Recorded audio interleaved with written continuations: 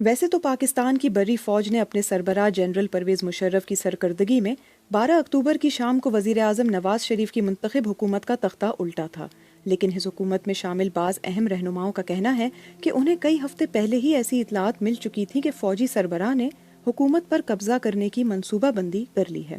ان میں سے ایک واقعہ 14 ستمبر 1999 کا ہے، جس کی تفصیل اس وقت کے نواز شریف کے کابینہ کے اہم ترین رکن اور وزیر اطلاعات مشاہد حسین بیان کرتے ہیں۔ میں خود پرائم منسٹر نواز شریف صاحب کے ساتھ 14 ستمبر کو ہم سکردو گئے اور ساتھ ہمارے جنرل مشرف بھی تھے، ادھر وہ لینے آئے اور ان کی ملٹری ہائی کمانڈ تھا۔ تو میں نے نوٹ کیا کہ کور کمانڈر جو پنڈی کا ہیں، جس کے تحت آتا ہے ناردرن ایریاز، وہ نہیں تھے جنرل محمود۔ تو میں نے جنرل مشرف سے پوچھا کہ وہ کہاں ہے جنرل محمود؟ انہوں نے کہا نہیں، وہ ذرا بزی تھے، پنڈی میں وہ نہیں آئے۔ نارملی یہ نہیں ہوتا، تو اس کا مطلب تھا انہوں نے تیاری کی تھی کہ اگر میاں صاحب کو وہ ڈرے ہوئے تھے کہ اگر سکردو میں ان کو اریسٹ کرتے ہیں جنرل مشرف کو، تو انہوں نے بیک اپ پلان بنایا ہوگا کہ وہ کاؤنٹر کو کر لیں گے فرام پنڈی۔ دوسری جانب سینیٹر مشاہد حسین کے مطابق ستمبر 1999 کے دوران وزیر اعظم ہاؤس کا گارڈ بھی تبدیل کر دیا گیا، جبکہ پاکستان کی فوج کی انفنٹری 111 بریگیڈ یا ٹرپل بریگیڈ، جو کہ خیال کی جاتی ہے کہ کسی بھی قسم کی فوجی بغاوت کے دوران سب سے پہلے حاضر ہوتی ہے، اس بریگیڈ کا بھی کمانڈر تبدیل کر دیا گیا تھا۔ جبکہ دوسری جانب مشاہد حسین کے بقول اگست کے اواخر اور ستمبر کے اوائل میں چند سیاسی و سماجی کارکنان، جن میں انسانی حقوق کے کارکنان اور وکلاء بھی شامل تھے، ان سے مبینہ طور پر پاکستان کی افواج سے منسلک اہلکاروں نے بات کی۔ ان کو اس دوران بتایا گیا کہ حکومت تو جانے والی ہے، تو کیا آپ نئی حکومت میں بطور وزیر شامل ہونا پسند کریں گے؟ تو یعنی دونوں طرف سے تیاریاں مکمل تھیں، اور میاں نواز شریف کو بھی سمجھ آ چکا تھا کہ موجودہ حالات میں گزارا نہیں ہو سکتا، لیکن اب انتظار اس بات کا تھا کہ پہل کون کرے گا۔ 12 اکتوبر 1999 کے روز بی بی سی کے اس وقت کے نامہ نگار ظفر عباس اسلام آباد سے چھٹیاں لے کر کراچی آئے ہوئے تھے۔ انہوں نے اس دن کیا دیکھا، آئیے انہی کی زبانی سنتے ہیں۔ میں اس وقت بی بی سی کے لیے کام کرتا تھا اور اتفاق سے چھٹی پہ کراچی میں تھا۔ میں اسلام آباد میں نہیں تھا جب یہ تمام واقعات ہوئے، لیکن کراچی میں بھی اس کا ایک بہت بڑا رول تھا۔ پورا جو سے پہلے کا جو سارا سلسلہ چلا، میں کراچی میں بیٹھا ہوا خبریں سن رہا تھا، اور خبروں میں یہ بات آئی کہ نواز شریف نے وزیر اعظم کی حیثیت سے یہ فیصلہ کیا ہے کہ جنرل مشرف کو ان کے عہدے سے ہٹا دیا جائے، اور ان کی جگہ اس وقت کے جو آئی ایس آئی کے سربراہ تھے جنرل ضیاء الدین، ان کو فوج کا سربراہ بنا دیا گیا۔ اب یہ اپنے طور پہ بھی خاصی بڑی خبر تھی، اور اس سے ایکسائٹمنٹ پیدا ہوا۔ مجھے تھوڑا سا افسوس بھی ہو رہا تھا کہ میں اس وقت کیوں چھٹی پہ ہوں۔ تھوڑی دیر بعد دیکھا کہ جو نیشنل ٹیلی ویژن تھا پی ٹی وی، اس سے یہ تمام سلسلہ بند ہو گیا، اور اس میں ایک اعلان آنے لگا کہ تھوڑی دیر بعد سروس جو ہے بحال ہوگی۔ اور صحافی کے ناطے مجھے ایک دم سے اندازہ ہوا کہ کچھ گڑبڑ بہت زیادہ ہے۔ تو میں نے اپنے ساتھی تھے بی بی سی کے ادریس بختیار، ان سے رابطہ کیا، اور ہم دونوں نے طے کیا کہ فوری طور کے پر کراچی سے کچھ معلومات اکٹھی شروع کرنی چاہیے۔ اسی وقت ہمیں پتہ لگا کہ جنرل مشرف جو ہے وہ کولمبو سے کراچی واپس آ رہے ہیں، تو ہم دونوں نے طے کیا کہ ہم کراچی ایئرپورٹ چلے جائیں۔ اور کراچی ایئرپورٹ جب ہم پہنچے تو ہمیں صاف اندازہ ہو گیا کہ صورتحال ابھی بالکل واضح نہیں ہے۔ یہ سمجھ میں نہیں آ رہا ہے کہ نواز شریف انچارج ہیں یا فوج نے واقعی میں ٹیک اوور کر لیا ہے۔ اور ادھر ہم نے تقریباً 2-2.5 گھنٹے گزارے۔ اطلاعات بہت کم آ رہی تھی کہ جہاز نے اب تک کیوں نہیں لینڈ کیا ہے۔ جنرل مشرف کے اپنے عزیز جو ہے وہ بھی سارے ایئرپورٹ پہ موجود تھے، صحافیوں کی بہت بڑی تعداد موجود تھی۔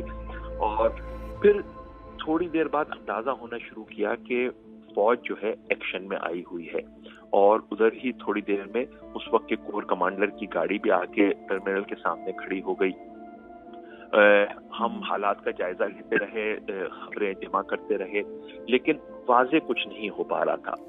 ویسے تو مشاہد حسین اس وقت وزیر اطلاعات تھے، لیکن انہیں بھی اس وقت ایسی کوئی اطلاع موصول نہیں ہوئی تھی کہ کچھ بہت بڑا ہونے جا رہا ہے۔ آلدو اس وقت میں وزیر اطلاعات تھا، لیکن ہمیں کوئی ایسی اطلاعات نہیں تھی، کم سے کم مجھے تو نہیں تھی۔ اور 12 اکتوبر کو 7 بجے کا ٹائم تھا، اور کوئی میرے ساتھ گھر میں تھا۔ میں اس وقت، میری والدہ میرے ساتھ تھیں، میری وائف میری ساتھ تھی، اہلیہ ساتھ تھی، اور میرا بیٹا میرے ساتھ تھا. تو بیٹا چھوٹا تھا تو ہم اس کے ڈنر ٹائم تھا تو ہم گپ شپ مار رہے تھے. تو 7:05 مجھے آپریٹر کا جو کال ہے نیچے آپریٹر تھا ٹیلی فون کا میرا، اس نے کہا کہ آرمی آ گئی ہے. تو پہلے ہمیں کو خبریں ملی کہ آرمی ادھر آئی ہے. پی ٹی وی غالباً انہوں نے سب سے پہلے پرائم منسٹر ہاؤس کیپچر کیا، پھر P T V headquarters capture کیا، اور پھر میرے گھر آئے. میرے گھر اس لیے کیونکہ میں انفارمیشن منسٹر تھا اور میں کافی ایکٹیو تھا، جرنلسٹ بھی رہا ہوں. تو وہ ان کو ڈر تھا کہ یہ ترجمان جو زیادہ بولنے والا ہے ان کو پکڑو پہلے، تاکہ اور فوج سیدھا لائی اور انہوں نے میرے دروازے اسمیش کیے، شیشے کی ونڈوز تھیں وہ بھی توڑی. اور میں نے دیکھا میں اوپر کے فلور پہ تھا تو مجھے آواز آئی کہ جیسے جیک بوٹس کی طرح لوگ اوپر آ رہے ہیں. تو میں سمجھ گیا کہ یہ ملٹری کو ہو رہا ہے. تو مجھے یہ اتنا تھا کہ فرسٹ مومنٹس بڑے خطرناک ہوتے ہیں کہ اس میں پینک ہوتا ہے، خوف بھی ہوتا ہے. تو ایک میجر آیا اس نے اور آرم گن آگے رکھی ہوئی تھی. تو میں نے کہا ریلیکس میجر، نو بڈی از آرمڈ ہیئر. مجھے یہ ڈر تھا کہ گولی نہیں چلانی شروع کر دیں. میری فیملی ادھر تھی تو انہوں نے غالباً نیچے میرے سیکورٹی گارڈ سے ان کو ڈسارم کر دیا تھا. تو انہوں نے آیا، انہوں نے کہا کہ جی سر وی ہیو ٹیکن اوور، تو آپ بس آرام سے بیٹھ جائیں. تو ہم نے کہا بڑے آرام سے، انہوں نے بڑا پولائٹلی کہا ٹھیک ہے، اور بلکہ وہ بیٹھ گئے. تو میں نے کہا کہ آپ I am going to be having my meal with my family, آپ لوگ نیچے جائیں. اور بلکہ نیچے جا کے ڈرائنگ روم میں میرا بندہ تھا، میں کہا ان کو بٹھا دو. بلکہ میری وائف میرے نیچے گئی. مزے کی بات یہ ہے کہ وہ تھوڑی دیر کے بعد تو انہوں نے کہا کہ یہ اسموک کر رہے ہیں ڈرائنگ روم میں. شی واز ویری پرٹیکولر کہ نو اسموکنگ ہے. تو انہوں نے ڈانٹا بھی فوجیوں کو کہ بھائی یہ اسموکنگ نہ کرو، یہ نان اسموکنگ ایریا ہے، اسموک کرنا ہے تو باہر جا کے کرو. تو بہرحال وہ 7:07 12 اکتوبر کو یہ فوج آئی ہے اور انہوں نے کیپچر کیا. تو جیسے میرے بیٹے نے مجھے کہا، اس کو میں 12 سال تھی، کہ آپ 1 منٹ کے اندر ایک وزیر سے ایک قیدی بن گئے. تو یہ ایک اپنا قدرت کا نظام ہے. بہرحال تو یہ اس دن ہوا تھا. تو ہم ایکسپیکٹ نہیں کر رہے تھے ملٹری کو اور اس طرح ٹیک اوور. تو ہمیں کیپچر کر لیا تھا. اور اس وقت منسٹرز کالونی میں اور بھی منسٹرز تھے، لیکن ان کے گھر فوج نہیں گئی اور باقی باہر محاصرہ کر لیا تھا. تو بعد میں مجھے پتہ چلا کہ پرائم منسٹر ہاؤس کو کیپچر کر لیا اور P T V headquarters کو پکڑ لیا.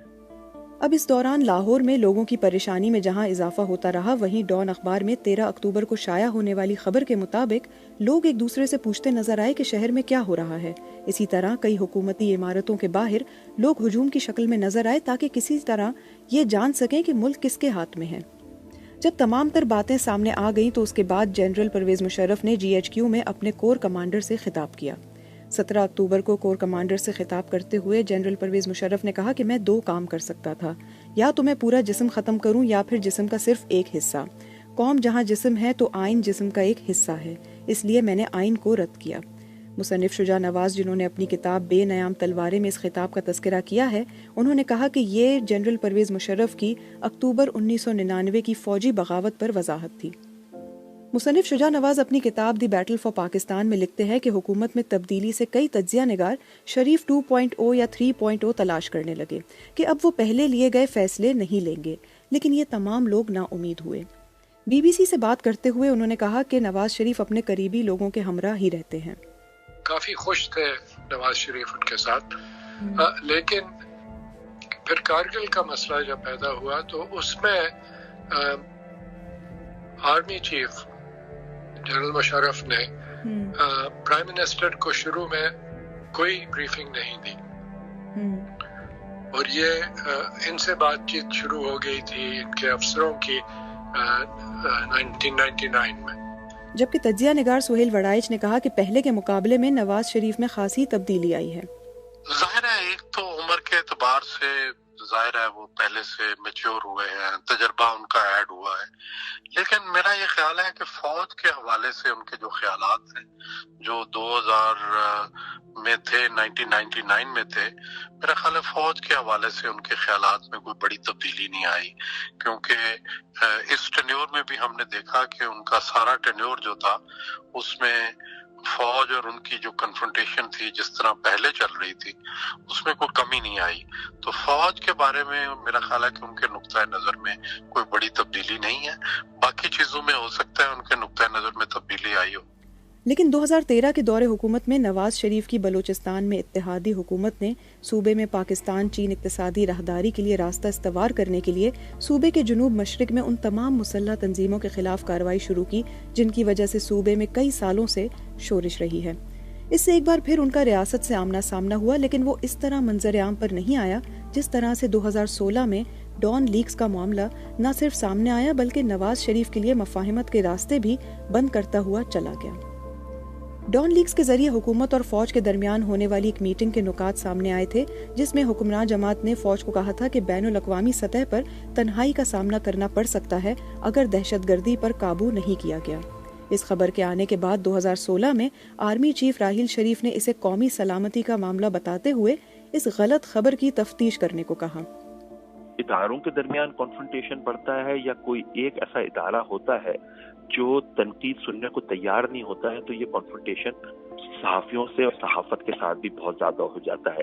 اس وقت بھی ہم یہی دیکھ رہے ہیں کہ جو ٹالرنس ہے یا کرٹیسزم برداشت کرنے کی، تنقید برداشت کرنے کی، وہ کم سے کم ہوتی جا رہی ہے، اور مسلسل صحافیوں کو کہا جاتا ہے کہ ملک میں ایک ہی نیشنل نیریٹو ہے، اور اگر اس نیریٹو کو لے کر آپ آگے چلیں گے، اس بیانیے کو لے کر آپ آگے چلیں گے تو آپ صحیح ہیں، تو آپ کو حب الوطن مانا جائے گا، ورنہ آپ سے یہ کنفرنٹیشن جاری رہے گا۔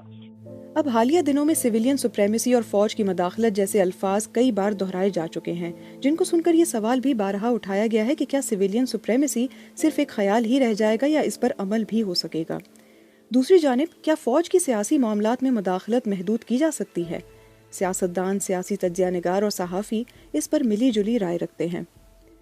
شجاع نواز نے جہاں میثاق جمہوریت کو سمجھنے اور اس پر عمل کرنے کا کہا، اسی طرح انہوں نے جماعتوں کو اپنا دفاع کرنے کا بھی کہا، جبکہ دوسری جانب سینیٹر مشاہد حسین نے کچھ یوں یہ بات بیان کی۔ چارٹر آف ڈیموکریسی بھی سائن ہوا 2011 میں جب پیپلز پارٹی کے خلاف میمو گیٹ شروع کیا، جس میں ڈائریکٹلی آرمی چیف اور D G I S I نے کیس کیا گورنمنٹ کے خلاف، تو اس کو پی ایم ایل این نے ساتھ دیا، ان کا مخالفت بھی کی اور وہ کورٹ میں شامل ہو گئے جی ایس ٹی کے ساتھ، اور پھر جب 2018 میں اس کا پھر حساب چکا دیا پیپلز پارٹی نے، جب یہ آپریشن ہوا establishment back operation Balochistan government topple کرنے کا، جب نون کا مینڈیٹ تھا پی ایم ایل این کا، تو اس میں پیپلز پارٹی نے پورا ساتھ دیا نون کو نکالنے میں اور نون کو فارغ کرنے میں۔